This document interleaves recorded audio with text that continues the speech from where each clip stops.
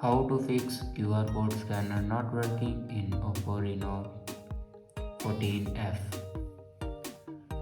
So let's start the video. First of all,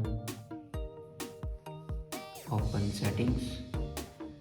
In settings, scroll down and click on apps and click on app management.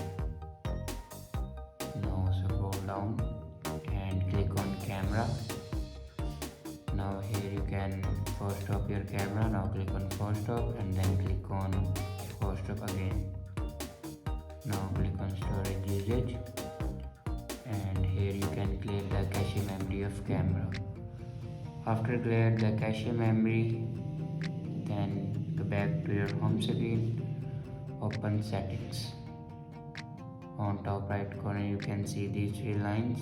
Now click on it and then click on settings. Now here you can see the option QR code scanning. Now here you can turn on or off it. After turn on or off this button, then go back to your home screen and open settings.